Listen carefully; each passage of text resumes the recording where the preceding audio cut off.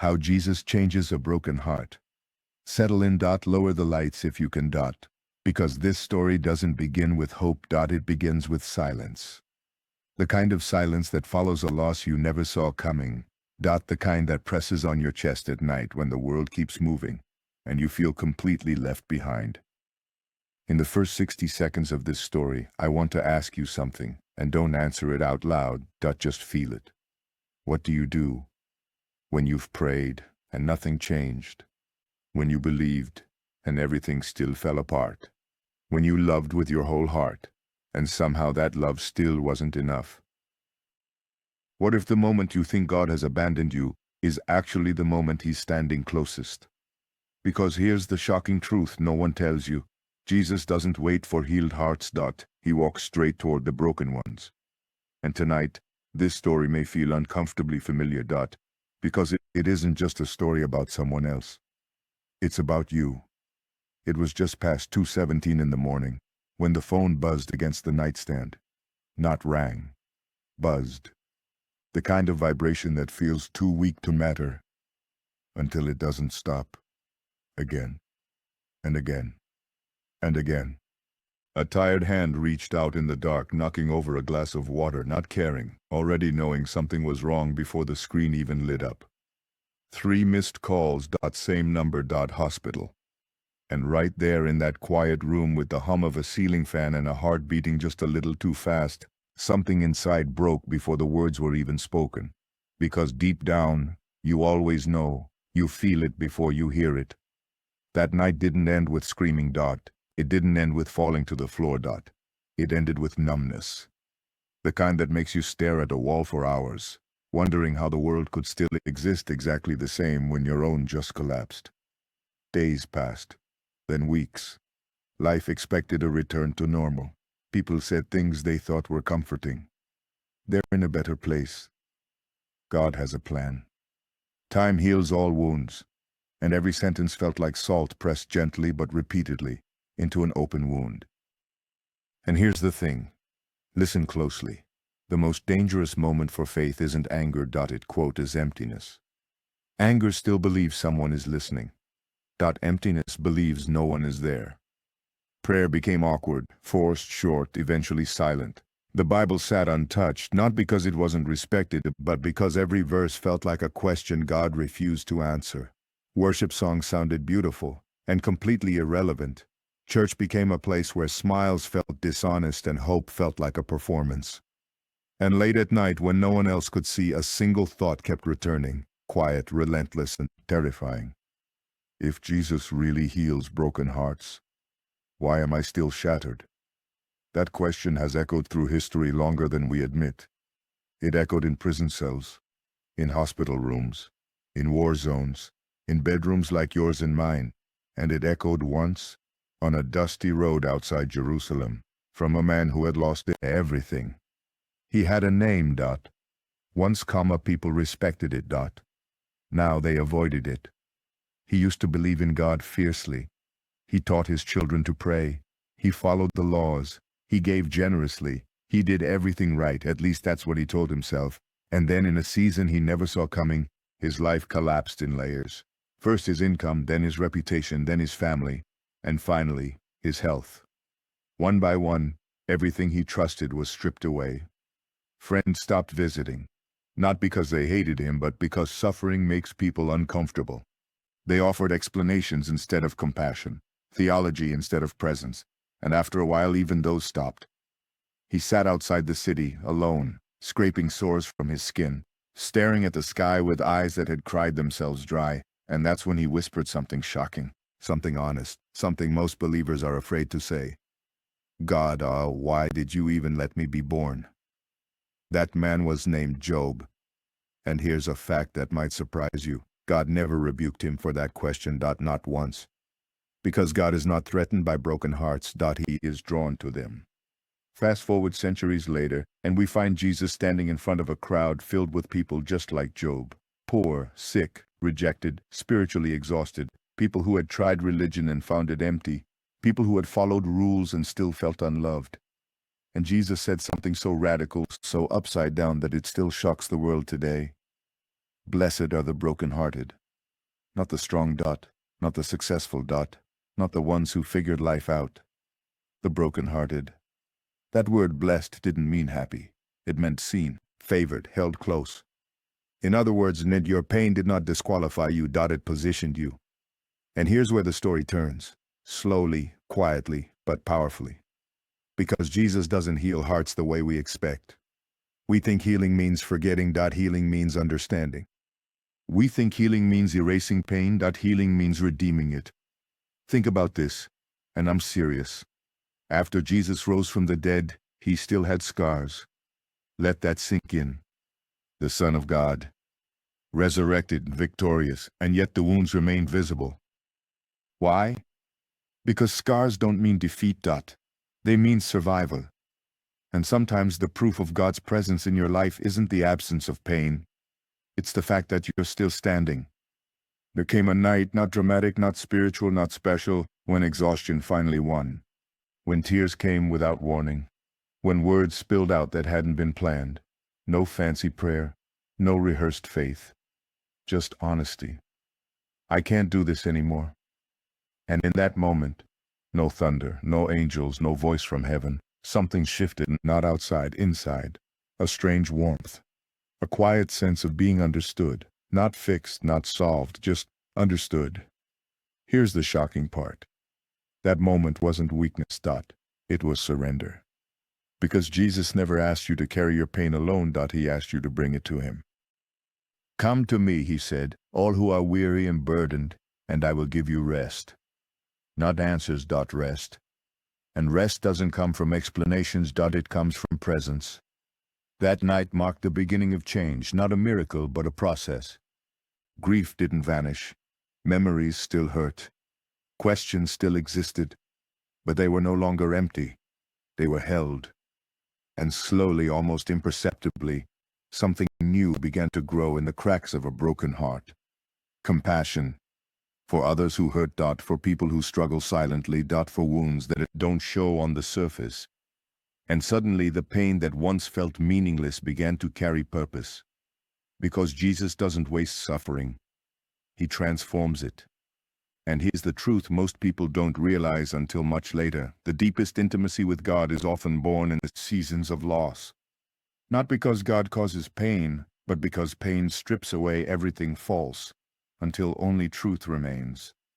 And truth sounds like this. You are not forgotten. You are not abandoned. You are not beyond healing. You are being reshaped. And the story isn't over. Not even close. Because the greatest revelation comes at the end, when you finally realize the very thing you thought destroyed your faith was the thing that led you deeper into the heart of Jesus than comfort ever could.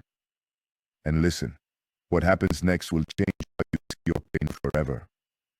The next morning didn't feel holy. No sunlight breaking through clouds. No sudden joy. Just the same ceiling.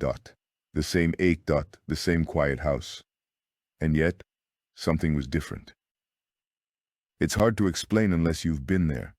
The pain was still present, but it no longer felt like an enemy. It felt acknowledged. Like it had finally been seen and named instead of ignored and buried. Like someone had sat beside it and said, I know. Listen, here's the thing most people never tell you. Jesus rarely changes your life all at once. He changes the direction first. The heart doesn't heal in a moment. It learns to breathe again. Days turned into weeks, weeks into months. The world still moved fast, careless, loud, but inside something quiet and steady began to form. Not happiness, not excitement, something stronger. Peace. Not the kind that comes when everything makes sense, but the kind that stays even when nothing does. And that's when the memories started returning, not as weapons, but as whispers, faces, voices. Moments that once hurt too deeply to revisit now came back gently, like pages in a book no longer soaked in tears. And for the first time, gratitude crept in alongside grief. That's when it happened. A realization so subtle it almost went unnoticed. The heart wasn't just broken anymore. It was open. Broken hearts don't shut people out. They let light in. There's a strange pattern hidden all through Scripture. God consistently does his greatest work in people who have nothing left to lose. Moses after exile, David after failure, Peter after denial, Paul after blindness. None of them encountered God at the peak of their strength. They met him at the end of themselves. And maybe, just maybe, that's where you are right now. Because when everything else is stripped away, success, identity, control, certainty, what remains is raw honesty. And honesty is the soil where faith actually grows. Not polished faith, not performative faith. Real faith. The kind that limps, the kind that questions, the kind that stays. There was a moment, quiet, ordinary, standing in a grocery store aisle of all places. Surrounded by strangers, fluorescent lights buzzing. Nothing spiritual about it at all. And suddenly, without warning, tears welled up. Not from sadness. From clarity. A thought arrived, fully formed, gentle but undeniable. He was there the whole time. Not fixing, not forcing, just staying. And that realization hit harder than any miracle ever could. Because it reframed everything. The unanswered prayers weren't rejection, they were protection. The silence wasn't absence, it was closeness. Here's a fact that shocks many believers. Psychologists, neurologists, and trauma researchers have discovered something fascinating in recent years. Severe emotional pain literally rewires the brain. It creates new neural pathways, and when healing occurs, the brain doesn't return to its old shape. It becomes something new. More empathetic, more aware, more grounded. Science accidentally caught up to a spiritual truth Jesus taught centuries ago. He who loses his life will find it. Loss doesn't end you, it remakes you. And that's when service began. Not from obligation but overflow, listening to others, sitting with pain instead of trying to fix it, saying fewer words, offering more presence, becoming the person you once desperately needed. And in doing so, encountering Jesus again, not in grand moments, but in small acts of love. Because here's something that will absolutely stop you in your tracks if you really think about it. Jesus said, whatever you do for the least, the broken, the hurting, you do for him. Which means every time you sit with someone in their grief, you are sitting with Jesus. Every time you listen without judgment, you are listening with Jesus. Every time you love when it's inconvenient, you are loving as Jesus. And slowly, unmistakably, the broken heart didn't disappear. It transformed into a heart that could feel deeply, without being destroyed by it. Into a heart that knew sorrow, and still chose hope. And that's the moment the final truth revealed itself, unexpected, unsettling, and powerful. Jesus didn't come to erase your pain, he came to inhabit it. He didn't come to explain suffering, he came to carry it with you. The cross wasn't clean, it wasn't quick, it wasn't painless. It was God choosing to enter human agony instead of standing safely above it. So when you hurt, you are never alone. And if you're still listening right now, I need you to hear this. Clearly, slowly, honestly. Your broken heart is not a failure of faith, it is evidence of love. And love, even when it breaks you, is still worth it. Because the same Jesus who wept at a grave now stands at the door of your heart. Not demanding, not forcing, just knocking. And the most shocking part of this story, the part no one sees coming, is that healing doesn't begin when the pain ends. Healing begins when you realize he never left. So if your heart feels shattered tonight, if faith feels fragile, if hope feels distant, listen. You are exactly where Jesus meets people, at the breaking point. And from there, everything changes. Medical historians agree that Jesus experienced one of the most physically painful deaths ever recorded. Crucifixion caused extreme trauma to the chest muscles, making every breath an act of agony. Victims didn't die from blood loss alone. They died because they couldn't breathe anymore. And yet, even while struggling for breath, Jesus spoke words of forgiveness. That means every sentence he spoke on the cross cost him pain. Love for him was never cheap. And here's the part that stops you cold. The Bible records that Jesus cried out, my God, why have you forsaken me?" That wasn't a lack of faith, That was a quotation from Psalm 22, a psalm that begins in despair and ends in victory. In other words, even in his deepest suffering, Jesus was still clinging to Scripture. Still trusting the ending, even when the middle was unbearable. Now think about this. The shortest verse in the entire Bible is just 2 words. Jesus wept. Not when he was beaten. Not when he was betrayed. But when he stood beside a grieving family. Which tells us something shocking. God is not impressed by strength. He is moved by sorrow. Here's another truth that quietly changes everything.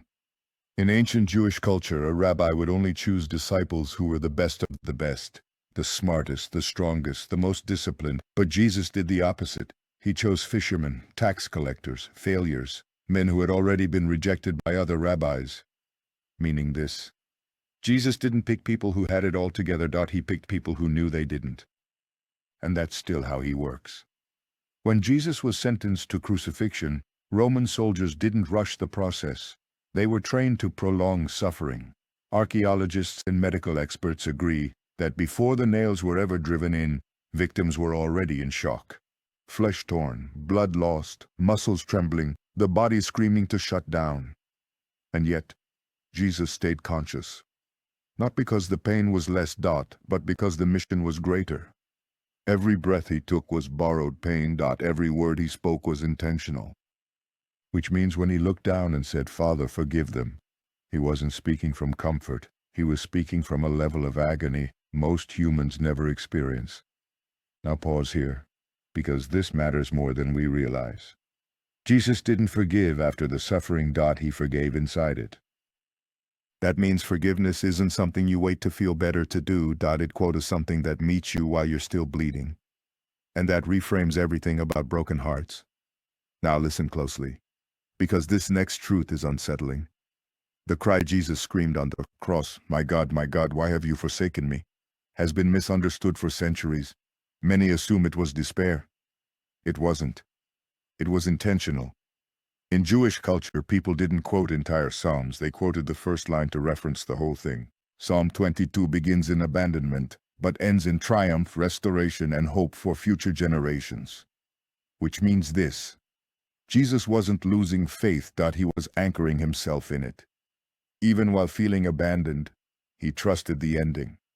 So when you pray and feel nothing, when heaven feels silent, you are closer to Jesus than you think. Here's another detail that should stop you cold. The shortest verse in the Bible, Jesus wept, appears right before he raises Lazarus from the dead. Think about that. Jesus knew resurrection was minutes away. He knew death was temporary. And still, he wept. Why? Because love doesn't cancel grief. It enters it. Which means if Jesus cried knowing the miracle was coming, your tears are not a lack of faith. They are proof of love. And listen, here's something even more disturbing in the most beautiful way. After Jesus rose from the dead, his resurrected body could pass through walls. He could appear and disappear. He had authority over matter itself. And yet, he kept the scars. He didn't need them. He chose them. Because scars are not signs of weakness. They are evidence of victory that came at a cost. So when you look at your life and see wounds that never fully disappeared, you're not broken beyond repair. You're marked by survival.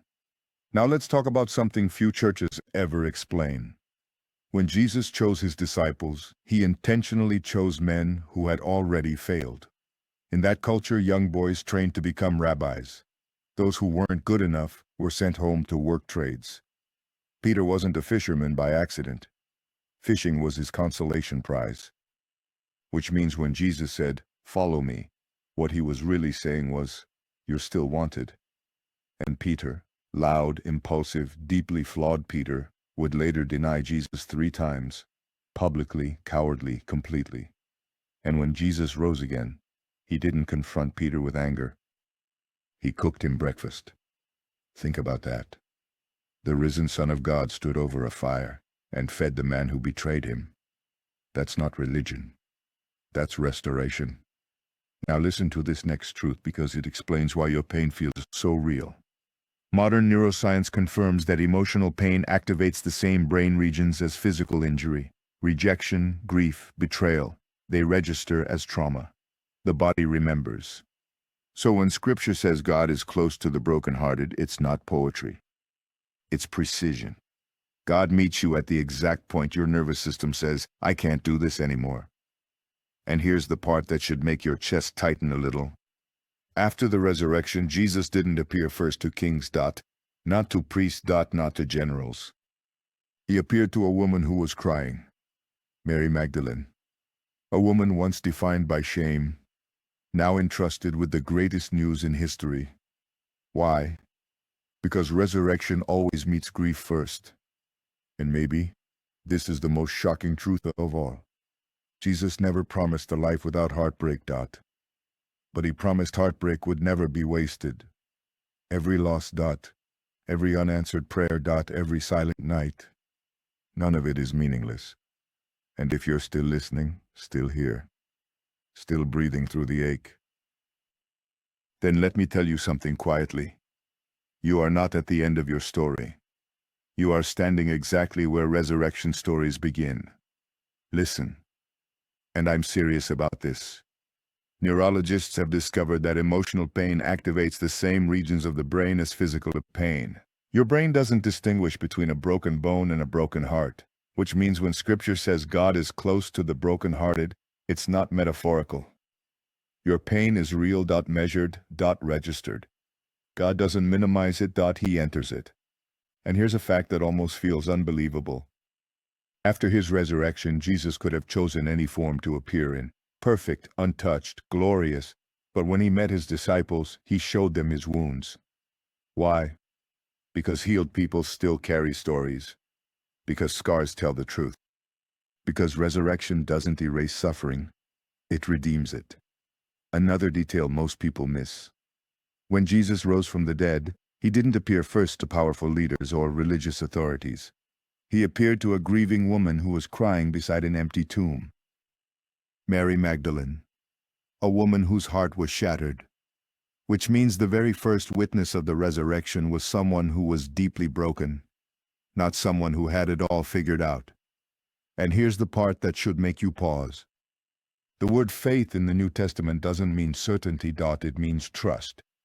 Not confidence in outcomes, but confidence in God's character. So when you say, I believe but I still hurt, you are not failing at faith. You are practicing it. History also tells us something quietly profound. Most of the disciples were executed for their belief that Jesus rose from the dead. Not one of them recanted. People don't die for something they know is a lie. They die for what they know is true. Which means this. Christianity didn't spread because it was convenient. It spread because people encountered something, someone, who changed them from the inside out. And here's the most unsettling, beautiful truth of all. Jesus never promised a life without heartbreak. He promised a life where heartbreak would not have the final word. So if your heart feels fractured, if your faith feels thin, if you're still standing even though you don't know how, that doesn't mean Jesus failed you. It means you are standing in the exact place where resurrection stories begin. And maybe, just maybe, the most interesting fact of all is that the very pain you wish away is the place where Jesus is closest to you right now. Now, before this story ends, let me speak directly to you. Not as a narrator, not as a voice, but as someone who understands why you stayed until now.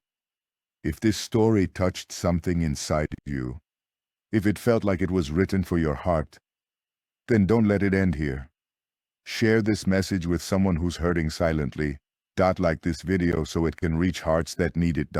And subscribe to Parables of Hope, because your support allows us to keep creating stories that remind the world that brokenness is not the end. Go back and watch our previous videos. Let these stories walk with you. Let them remind you that God still speaks, even in silence. And listen, we need you.